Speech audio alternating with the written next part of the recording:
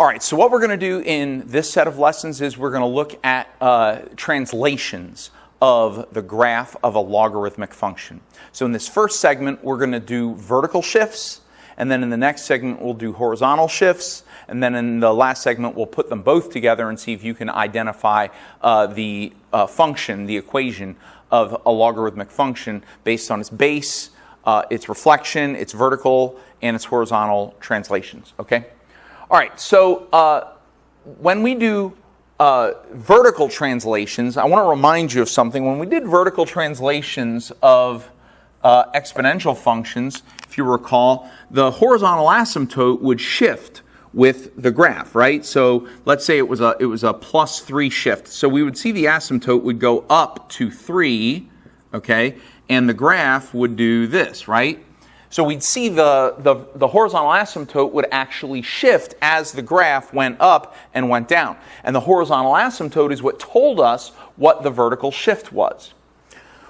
Then, when we learned about horizontal shifts of exponential functions, we identified those a little differently, right? If we had a graph that shifted to the right, instead of going through there, it would do this. And you know that special point that I call the point, right? If the asymptote is still at the x-axis, it used to be here, and what we would do is we would measure how far the new point was from the y-axis, and that would tell us what the horizontal shift was, right? Okay? Well, because logarithmic functions are inverses, we're going to do this. Those same two ideas are going to indicate our vertical shift and our horizontal shift, but they're going to be switched. So with the vertical shift of a logarithmic function, okay, so let's say that this is our normal logarithmic function, right? When there is a vertical shift, you know, here's our vertical asymptote. If we did a vertical shift, this vertical asymptote wouldn't move at all. It would look exactly the same. If you were to shift this logarithmic function up, okay, let's say here's the 1, 0 point. If you were to move it up and it went like this instead, the vertical asymptote wouldn't move at all. It would be in the exact same place, but you know what would move is the point, okay? So now, for identifying a vertical shift, instead of looking at the asymptote, you're actually going to look at the movement of the point. And instead of it being a sideward movement of the point from the y-axis, it's going to be a vertical movement of the point from the x-axis. Okay? So let's go ahead and do an example. All right, so let's look at this example here. Okay? If I were to tell you, hey, identify the base of this logarithmic function, you know, the first thing that you would do is you would draw in a vertical asymptote. Now, you would also want to be looking for the reflection, right, to see if it's upside down or backwards. Well, I have good news here. If you recognize, this is in the normal position. The logarithmic function, or the graph, goes vertical downward, and it goes flatter to the right. Therefore, this has no negatives on it, right? This is the normal shape. But here's the thing is, previously, this graph would have gone through the point 1, 0, right? This used to be the point, but it's not going through that point anymore. So that must mean that it has been moved. It's either been moved up or down or left or right, because it's not going through its normal point, okay? So here's what you're going to do. You are going to, from the vertical asymptote, you're going to go 1 unit over, and you're going to move in the direction that the curve is pointing. So if it winds up going off to the right, that's the direction you're going to go. Whatever side of the asymptote the curve is on, that's the direction you want to go. And it doesn't matter where you are. Let's go to -2 here. We're going to go 1 unit over from the vertical asymptote to right here. And then what we're going to do is we're going to travel along this vertical line until we hit the curve. Well, that means we're going to have to go up and up and up, and here's where it hits, right here. So that means that point is the point. What I call the point. That's the important point. The point that tells us so much about this graph, okay? And so here's what you're going to see. You're going to look at that point, and you're going to see how far it has traveled from the x-axis, because normally it's on the x-axis. It's at the point 1, 0. But if you count from the x-axis to this point, you can see that it's 1, 2, 3 units away. It has gone up by 3. Okay? So this graph has translated vertically. It has shifted upward by 3 because that point used to go through this point, but it's way up here now, okay? So we know, and so now here, again, when we do these things, we need two pieces of information. I need to teach you two things. The first one is, how do I identify how much the shift was, whether it's up or down, and what the shift is. So I just showed you that. You're gonna mark the point, and then you're gonna vertically count how far it is from the point 1, 0. Okay, so this one is up 3. Now I need to show you how to write that on the function. Okay, so if I have f of x is equal to log base something, and we know it's base something of x. There's no negative on the front because it's not upside down.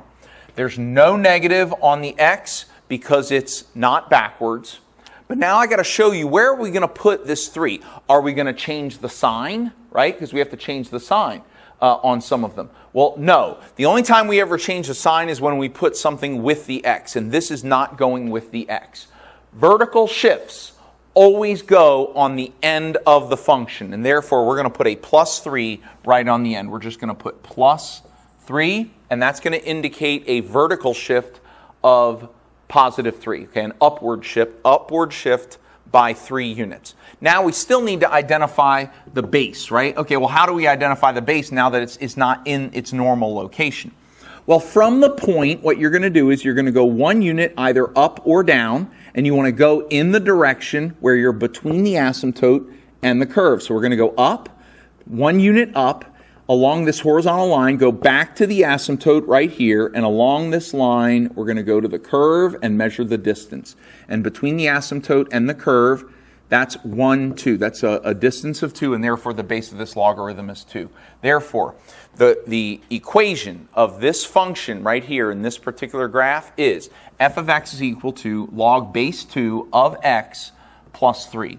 And you can write this, or you can type this into a blank. If you're not able to do base 2 like this, you would write log and then underscore 2. Remember, this means log base 2, then parenthesis x, close parenthesis, then put on your plus 3. And this is how you would enter your answer. Okay, let's try a couple more examples.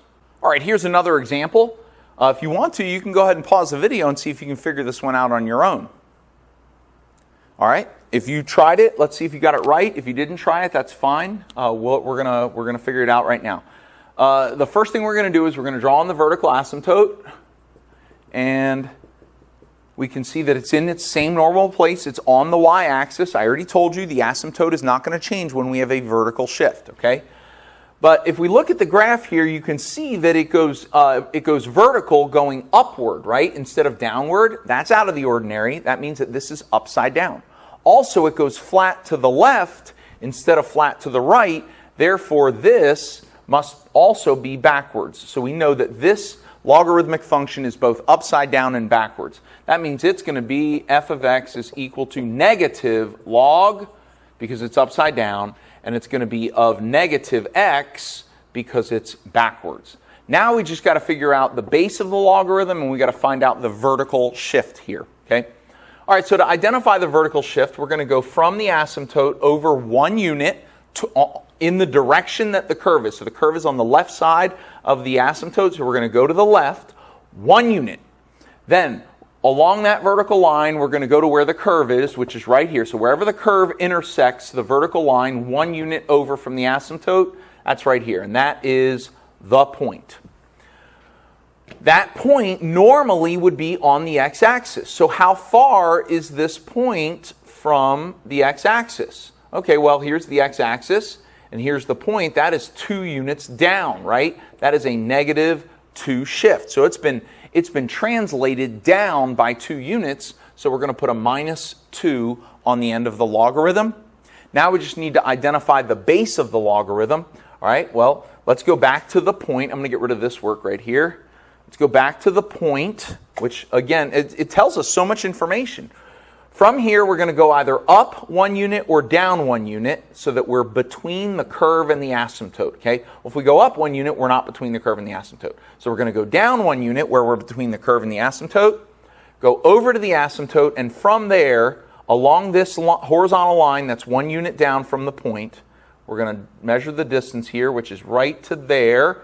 It's more than 2 but less than 3, closer to 3, and that means it's e. So this is log base e, right? But remember, we don't write log base e, we write ln. We write natural log, right? So it's negative ln of negative x minus 2, okay? That is our function. If you want to write it in a box, you would write negative ln parenthesis negative x close parenthesis minus 2, and that would be the correct answer for this particular graph, okay? Let's just do a couple more examples. All right, we've got another one here. Now notice the x-axis is all the way down here, so we can see that there's definitely been some movement of this particular graph. If you want to, try and pause this and see if you can figure out the equation of this graph. All right, first thing I'm going to do is I'm going to draw in the vertical asymptote. We can see it goes vertical right here at the y-axis as usual. Y-axis, vertical asymptote, good. All right, now I want to look at the reflection, and I can see that instead of going vertical down, it's going vertical up. So this graph is definitely upside down. Is it backwards? Well, it looks like it's flattening out over to the right, which is normal. That's the normal shape, is to flatten out to the right, so it is not backwards. It is on the right side of the asymptote, right where it's supposed to be. But it's pointing up instead of down, therefore it's upside down. So we know that this is going to be f of x is equal to negative log base something of x, not negative x because it's not backwards. All right, now we got to find out what is the vertical shift and what is the base of this logarithm. Let's do the base first, okay? All right, so we need to find the point, okay?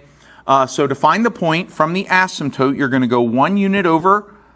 Always 1 unit over. It's always or 1 unit. It's either at positive 1 or it's at negative 1. Okay, that's what you need to understand. Is that's either always at x equals positive 1 or x equals negative 1. So let's go over to positive 1, and we're going to travel along positive 1 until we get to the curve, and boom, there it is. Now notice it's at the point 1, 5. That matters. That means what it really means is that 5 is the vertical shift. We're going to do that in a couple minutes, but you're going to see that there's going to be a plus 5 on the end there. Okay, but I'm going to show you we're going to do it our normal way, but that's another way of identifying the vertical shift, okay? So now we're going to go 1 unit away from the point, either up or down, but we got to go to where we're between the curve and the asymptote, which means going down here. So we could go down 1 unit and then over to the asymptote here, and then from here we're going to count the distance all the way to the curve, which is right here, and that distance is 1, 2, 3, 4. So this has a base of 4, so this is log base 4 of x, and now we want to ask, well, how far is this point right here from the x-axis down here? Okay, well that's 1, 2, 3, 4, 5. It's a vertical distance of plus 5, went up by 5, and therefore we are going to put a plus 5 on the end, and that makes this equation, or this graph, is the graph of the function negative log base 4 of x plus 5. Okay, if you're going to key it in a computer, you would put a negative, then an log, then an underscore for base, then a 4, then a parenthesis, an x, then a plus, then a 5, and so this is negative log base 4 of x plus 5. Okay. Let's just do one more example, and then we'll move on to horizontal shifts. All right, here's another example. Do you want to pause the video and try it out? I did put something a little tricky on this, visually tricky. There's nothing tricky about the graph itself or about the function. It's just that where the important parts of this graph are might actually mess you up in trying to find the answer. And I did that on purpose, so you pause the video and see if you can figure it out. All right, so I'm going to go ahead and first thing again, I'm going to draw in the vertical asymptote. So it's right along the y-axis, right? Okay, good. There's the vertical asymptote, all right? So now we want to decide on the reflections. Note that it goes vertical downward, which is normal, right? So we know that it's not upside down. But normally, a logarithmic graph goes to the right. It flattens out to the right. This one is flattening out to the left. Therefore, we know that this is backwards. We know that this function is going to be f of x is equal to log base something of negative x, right? And then we'll have a vertical shift. All right, so now let's see if we can find the base, okay? So to find the base, we're going to go 1 unit over toward the graph, from the asymptote toward the graph, 1 unit over. We're going to find the point, and here's where the graph intersects this 1 unit over from the asymptote, right here. So that is the point, okay? So we're going to go 1 unit up or down, 1 unit up or 1 unit down. If I go 1 unit down, I am not between the curve and the asymptote, so that's not where I want to be. I'm going to go 1 unit up, and now I'm between the asymptote and the curve. Now, here's the tricky thing I put in. If we go 1 unit up, we're actually on the x-axis. And I know that sometimes people have problems visually understanding what they're looking at. So be very careful here. It doesn't matter that it's the x-axis. It's still the next line that's 1 unit above the point. And we need to find the base along this line right here, from the asymptote over to the curve, which is right here. Note that distance is more than 2 but less than 3, but it's closer to 3, therefore the base is e. So this is log base e, but we also know that when it's log base e, we don't write it as log base e. How do we write it? We write it as ln, or natural log, right? So we're going to put ln. Now we just got to find our vertical shift.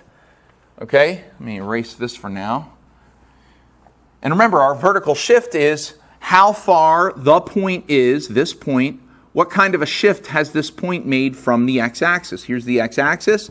Here's where it would be. Well, it's made a shift by -1. It's gone down 1 unit. Okay, that's one unit down, so that's a -1. Therefore, this would be a -1. Therefore, this function is the natural log of negative x minus 1.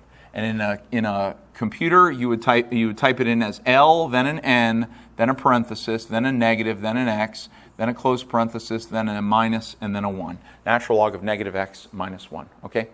All right, that's it for vertical shifts.